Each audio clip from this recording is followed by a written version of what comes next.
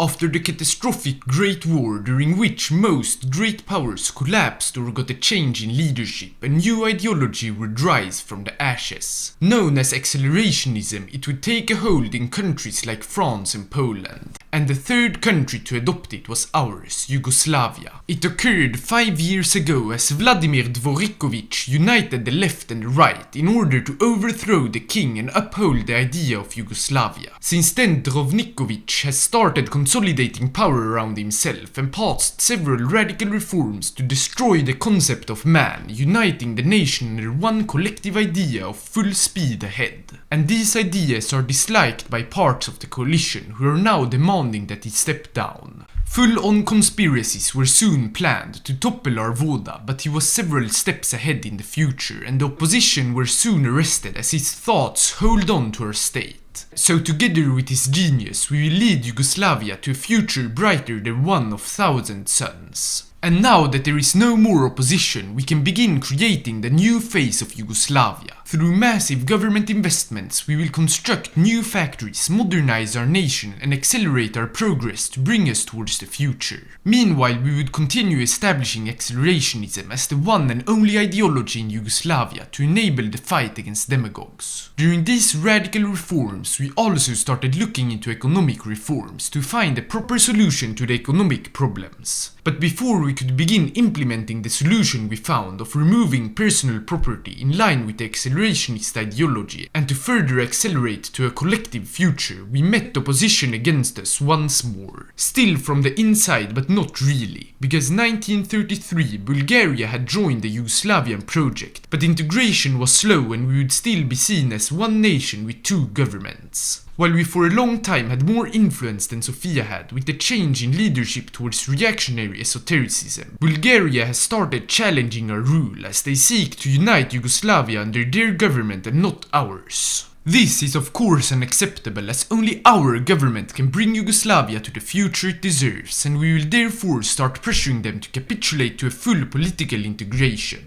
We started by infiltrating their weaker army, by swaying their soldiers against themselves, and at the same time we paid bribes to their civil servants to improve our influence. As they started to fight back against it, we sent over a bunch of officials to observe and at the same time reduce the amount of actions the Bulgarian government can take. Soon after several more efforts, we had reached over 75% influence, which unfortunately still isn't enough to integrate them. And so we unleashed our army, arranging military exercises along their border to remind them that they shouldn't have any autonomy. This worked great, bringing us close enough to 90% that we only had to infiltrate their army a bit more before we could end their charade and officially integrate Bulgaria. It took some time to fully stomp out their separatists and reactionaries, but once accelerationism was firmly established, a new age of Yugoslavia began.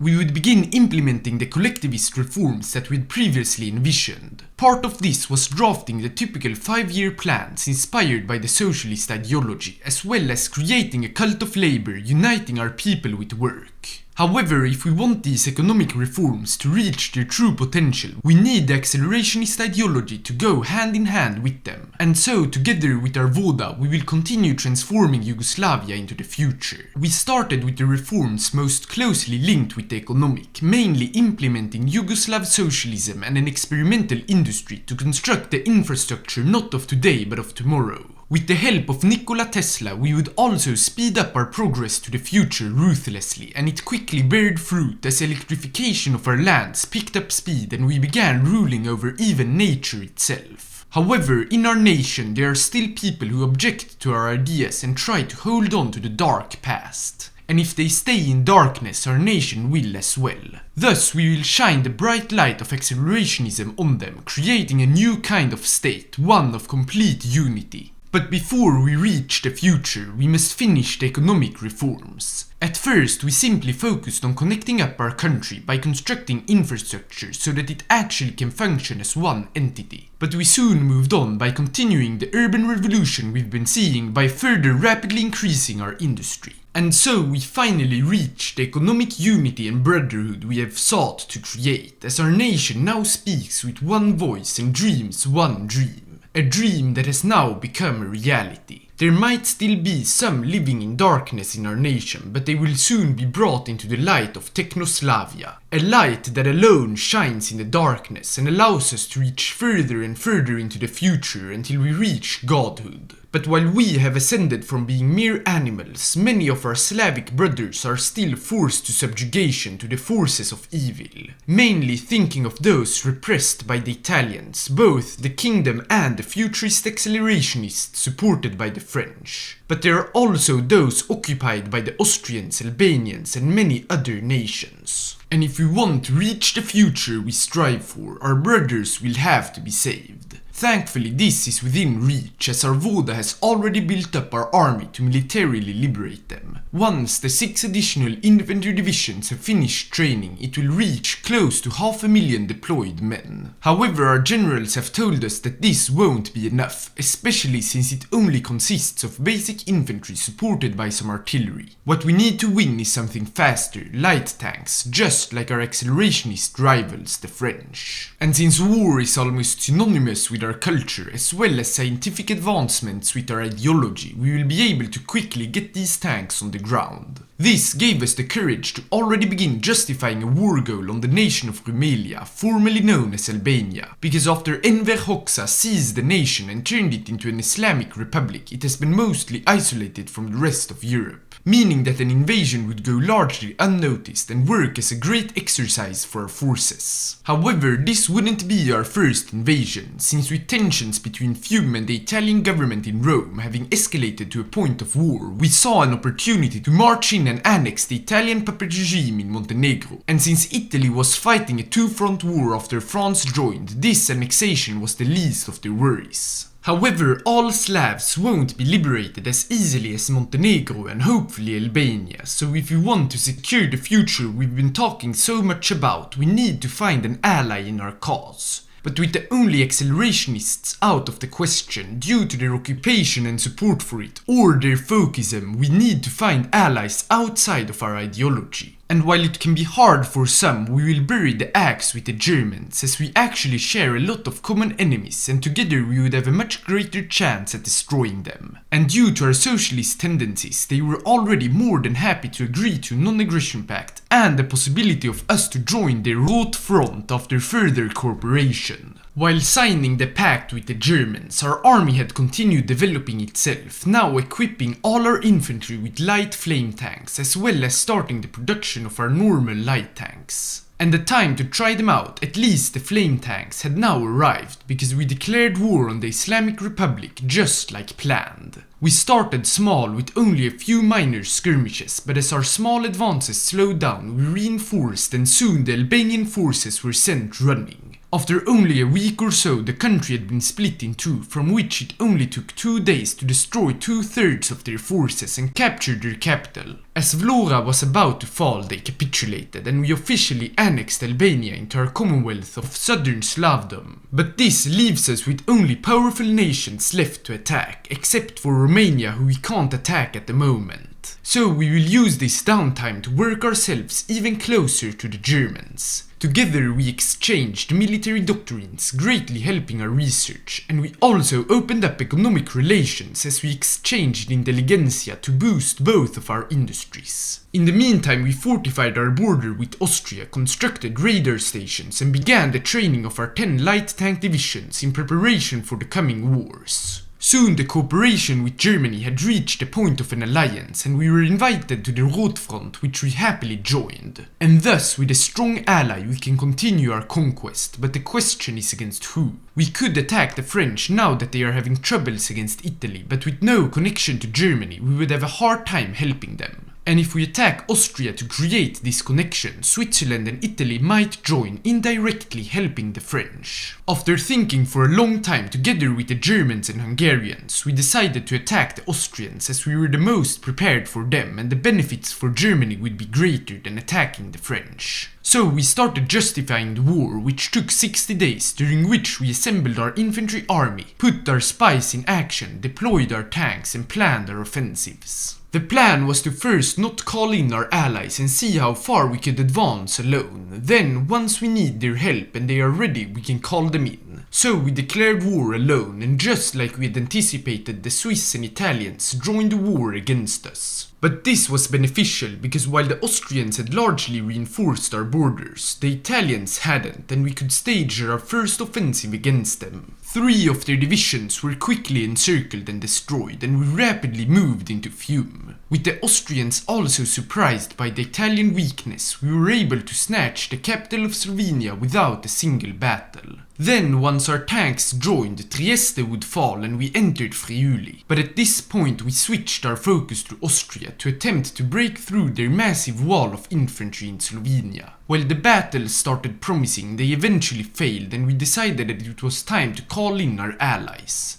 To help them out, we sent our tanks to Hungary, and so the destruction of the Austrian Empire was initialized.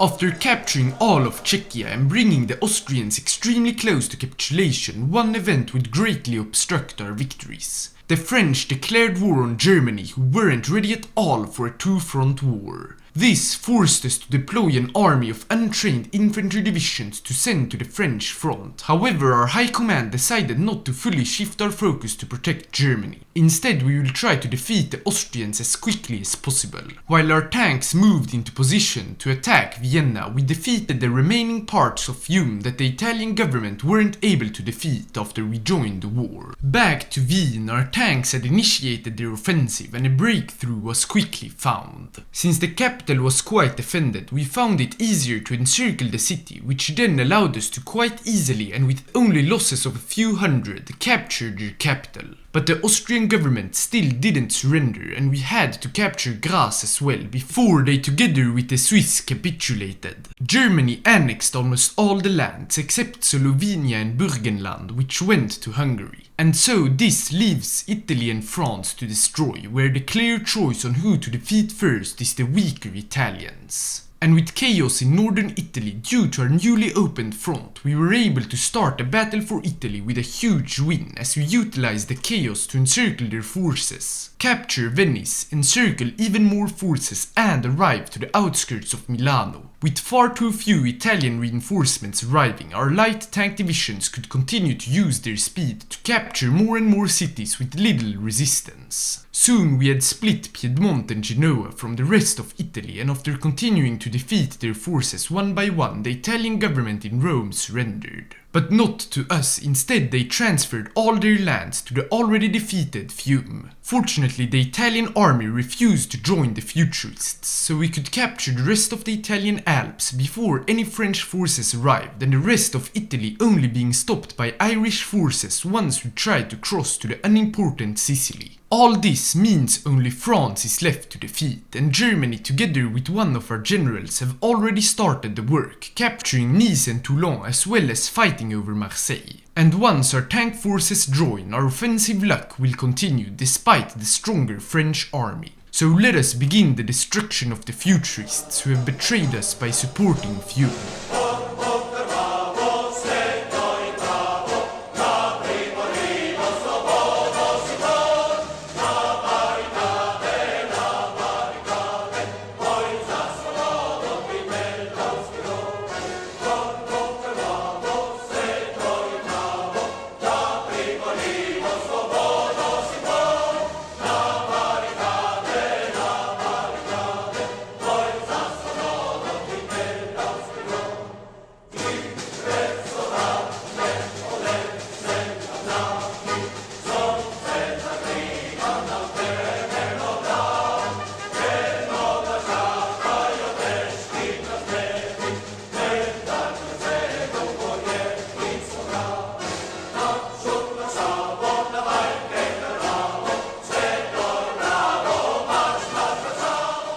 After 80,000 casualties the last 6 months, our army has defeated the French together with our great German ally, who with this war for once started mobilizing. In the peace deal we left France to be decided over by the Germans, while we focused on Italy. In the north we annexed Venice while establishing an accelerationist puppet regime in the rest of the country, except in Calabria and Sicily because they will serve as a connection to the first Slavic colonial empire, Libya and Tunisia. However, just because Italy and France, our greatest enemies, have been defeated doesn't mean our expansions are over, because we still have to free the Slavs oppressed under Romanian and Greek rule, the latter which are allied with the United Kingdom. With Romania being the easy target, especially since the Germans aren't ready for war with the UK and the Dutch. Due to a conflict in Scandinavia, we prepared our army for an invasion of the country. And while we did, we also prepared for the much harder fight against the British. With the border in Egypt, we invested in rail in Libya to allow us to supply our forces, and we also constructed radar stations in both Tobruk and on Sicily to help us avoid potential British convoy raiding. But back to Romania, where we were now ready for war, so we declared war. We started our tank offensive in the one area where there was no river to cross, which allowed us to get a quick breakthrough.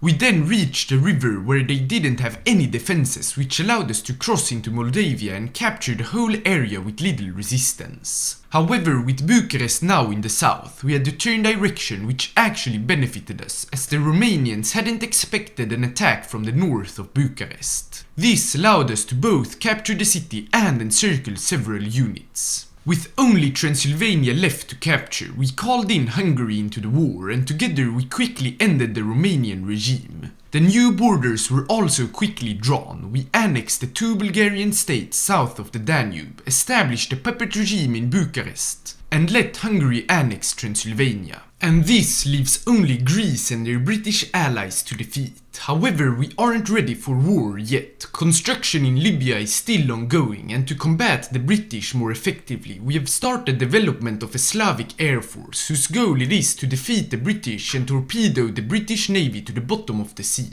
And with our industry far superior compared to the British, due to our accelerationist unity, we are certain that we will be able to win over their air force. Only some months after opening up production of our aircrafts, we reached more than 10 produced per day and a deployed airplane count of 1,000. After another half a year, we had almost reached 3,000 deployed aircrafts, and with our army also ready as well as our allies, we declared war on the British Entente. Since Germany will take care of the Dutch, we can focus our forces on Greece and then Africa, but the war started in the air and on the seas. Over the English Channel we were winning most dogfights, and in the Mediterranean we had already sunken some British subs. The first ground war occurred as planned in Greece, where we quickly encircled and captured Thessaloniki, which brought with it the fall of the Panhandle to the east. From here the rest of Greece was rushed down together with German help, and they capitulated once we entered Athens. For some reason the Germans hadn't defeated the Dutch yet, so before we started the campaign in Egypt we helped them out. The amount of Entente forces in the country was surprising, but our light tanks saw no issues with it and Amsterdam was soon captured. Meeting more and more resistance but still being able to advance allowed us to then encircle about 50 divisions in Rotterdam. And with German advances in Flanders as well, over 100 Entente divisions were destroyed, causing their casualties to rise over 2 million compared to our 260,000 deaths. So with British morale destroyed, especially since we have air superiority over London, we will begin the battle in Egypt to seize the Suez Canal. Starting the battle with our tanks, we were quickly able to defeat the border units arriving all the way to El Alamein in a matter of days. From here, despite running out of supply, we tried our best to capture the port of Alexandria, while at the same time constructing a port in El Alamein if we wouldn't succeed. And we didn't, so we had to desperately defend the city, which was difficult due to the supply situation. But eventually the port was constructed, and once the first shipment of supply arrived, the offensive could restart. Despite Entente reinforcements, with our infantry joining the game, we rapidly broke through, and from there all of Egypt was captured as we put our hands on Alexandria, Cairo, and the most important canal in the world. However, to win this war we need to invade the UK, which means crossing the English Channel. But this isn't as impossible as it might seem, because despite our small navy we have scared away the British with our air, which means the only issue is getting our navy through the Gibraltar Strait. Fortunately, the British Navy has almost fully retreated from the Med, so we were able to get naval superiority. Then, after preparing our soldiers the best we could for something they had never done before, we launched the invasion orders. Strangely enough, the rock was completely undefended, and so the gateway to the Atlantic Ocean was captured with no blood spilled,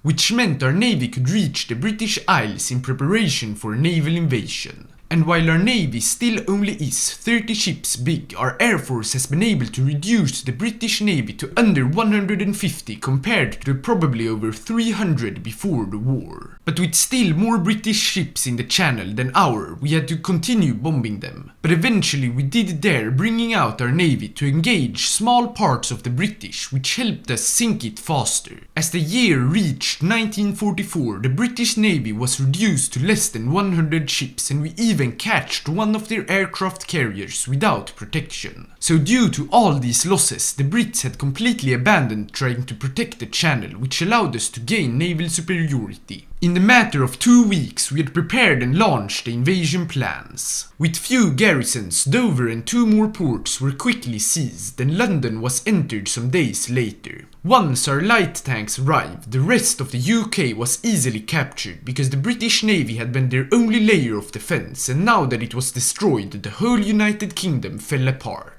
After their capitulation and the official end of the war, we set out to draw the new borders of the world. In the UK, we established the glorious accelerationist Republic of Albion, while closer to home in Greece, we annexed the Bulgarian states and created an integrated puppet in the rest of the country. Finally, Egypt was integrated into our colonial empire, and we even got a hold of the East Indies. And so we have reached the future that we've been striving for. We are one of the strongest economic and military powerhouses in the world, and in research we are at the bleeding edge, as our scientists have innovated in nuclear fission and are working on shooting the first man-made object into space. And most importantly, we have brought accelerationism and its future to all our desired lands, and even to the Anglo-Saxons. So thanks so much for watching, I hope you enjoyed the video, and see you in the next one.